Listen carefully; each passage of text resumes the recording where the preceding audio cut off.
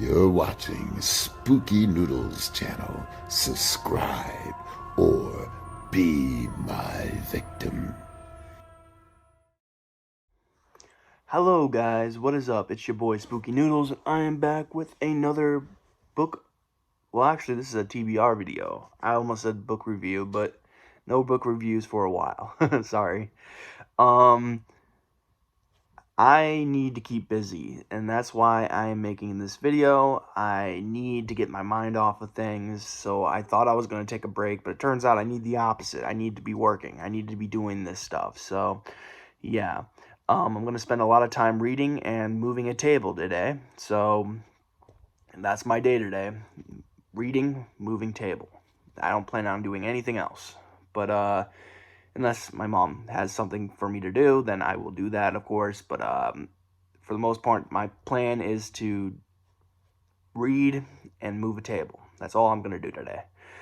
But I'm also going to be promoting a lot of friends. So if you see me promoting a lot of friends on Instagram and Facebook and YouTube, then it's just me trying to get my mind off things and promote friends, you know, because that's a good thing to do. But today I'm here with a TBR video.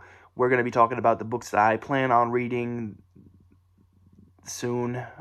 This is my TBR for the next couple of books, or not couple, but a few. I'm going to start with the book I'm currently reading, then work my way down to what I hope will be the order of appearance in my TBR. Hopefully I can get them to these books in the order that I put them in. Some books, I do realize that I put some books in a different order than yeah, whatever. We'll see. But I'll go through them, and I'll let you know where I tend to read them, or where I hope to get to them, or whatever. You know, this is my TBR video. Let's just go do this. All right.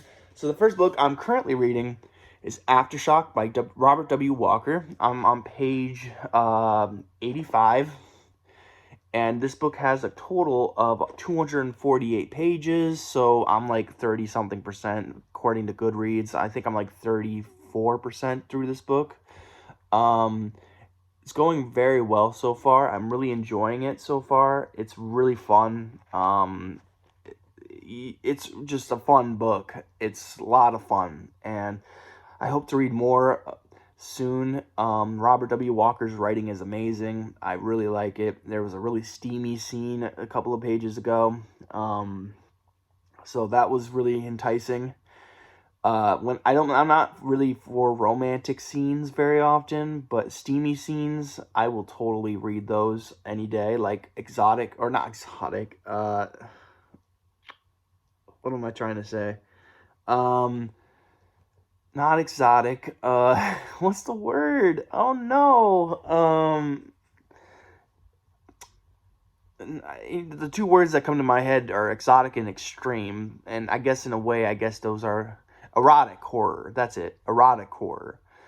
And I like that stuff. Like Nikki Noir does a good job with that stuff. I haven't read a lot of her stuff, but I hope to read more by her soon. But anyways, there was a steamy scene in this book, and it makes me just fall in love with the characters. I'm loving the characters. I'm loving the monster. I'm loving everything about this book. So, you know, I'm going to continue reading this one. And while I'm reading it, I'm going to be jumping around this book too. So every time I finish a chapter in Aftershock, I'm going to read a short story in Tony Evans' Better You Believe, a collection of horror. Now, my friend Tony Evans is a very good author.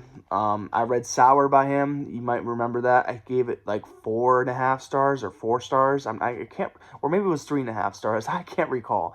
But yeah, we talked it over, and he has some corrections coming out for Sour, I believe. I could be wrong. I'm talking out my ass right here, but anyways, he sent me this book, and I'm looking very forward to it. It looks beautiful, by the way. Like, this is formatted perfectly. There's illustrations.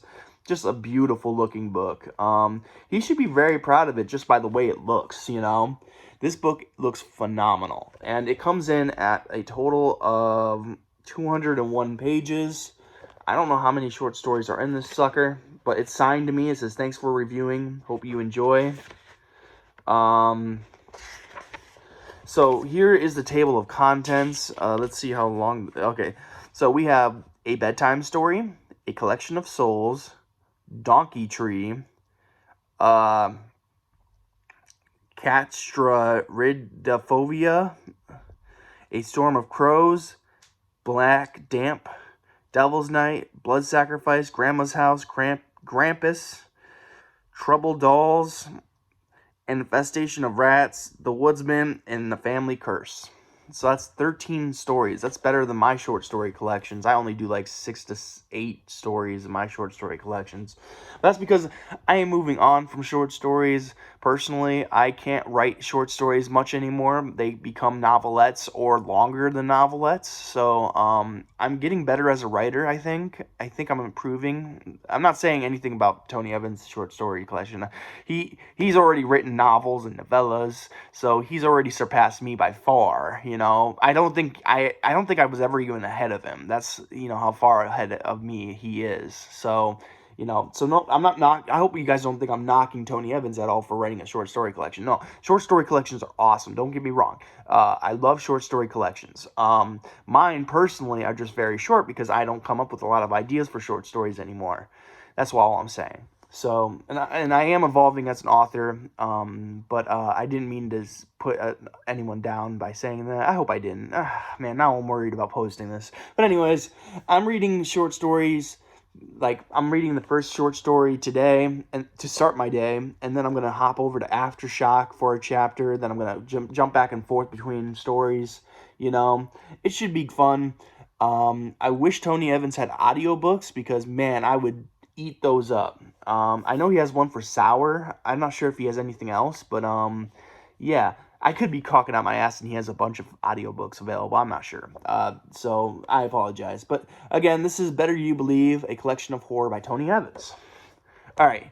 So after I finish Aftershock, the plan is to read Amalgam by Mike Duke. And this book looks absolutely banger. This is a series. This is book 1. It says Contact right there. Mike Duke is phenomenal author. I really enjoy his work. He's a good friend of mine too, just like Tony Evans. And yeah. What am I trying to say? Sorry, I got a message on my phone which distracted me. Amalgam, super fun thing. I'll read the synopsis for you because I can read the synopsis of this one. And by the way, this is going to be in the next book mail video probably, so check it out. An off-world mining company scrambles to launch an operation to skate its claim first after a deep space satellite scan reveals a large vein of unidentifiable metal on an exomoon light years away. Except it's not a vein of metal at all, and when they reach it, something monstrous and hungry emerges to feed, something insatiable. The fight for survival has begun, and the odds of living are low and dropping quick. So yeah, Mike Duke, Amalgam. That's what I plan on reading after Aftershock. Then, at this point, I don't really know what books I'm going to read next. I have 3 here, 2 by Daniel J. Volpe, and 1 that's been on this TBR for a long time, and I just need to get to it, I'm starting to get into the mood for science fiction stuff, so that's why I'm trying to lean towards science fiction horror, as you see in the last book, and Aftershock is kind of a body horror, science fiction horror, story, so that kind of fits the bill, I guess, too. But I've been trying to find the right mood to read this book, and that's The Best of Intentions by Joshua Macmillan. I have the bookmark set on chapter 1, and I really like Josh. He's a really good guy, and I know his writing's going to be banger, but I just haven't had a chance to get around to it. And when I do have a chance to get around to it, I'm just not in the mood for what this book entails. Not saying that it's not a good book or the synopsis doesn't sound good to me. It sounds appealing. It sounds like a great story, but just for me personally, I haven't been in the mood for like a stalker story, and this sounds like a stalker story to me. So, it could be wrong. I obviously could be wrong. I could be talking out my ass again, but, Yeah, Joshua Macmillan's The Best of Intentions. It's on this TBR, and it will stay on the TBR until I finally freaking read it. I really like Joshua as a person, so I think I'm going to like his book too. And I hear great things about Joshua's writing, so I'm going to obviously read him soon. So, next we have a book that I've already started, and that is The Gift of Death by Daniel J. Volpe. Apparently, I don't have the bookmark on the right page, but I've read the first, chapter of this book, I believe. Or did I finish this book? No, I didn't finish this book, did I? Did I finish this book, guys? That would make sense why this bookmark was on the page 1. I just don't remember finishing it. I did finish it. Oh my gosh, I'm so stupid. Oh my gosh. Okay, well, Gift of Death was a good book. I don't know why I'm even bringing it up. Basically, I was going to lead into this book, though. Left to You by Daniel J. Volpe. If you don't know anything about me, I have a Jewish heritage behind me. My great-uncle or great-great-uncle was a Holocaust survivor. We called him Uncle Fred, who could stand on his head. He escaped by going through a train to get out of Auschwitz or wherever he was staying. I don't remember. I never asked him because it was a dark question to ask someone. You know, you never know what to ask Holocaust survivors, you know?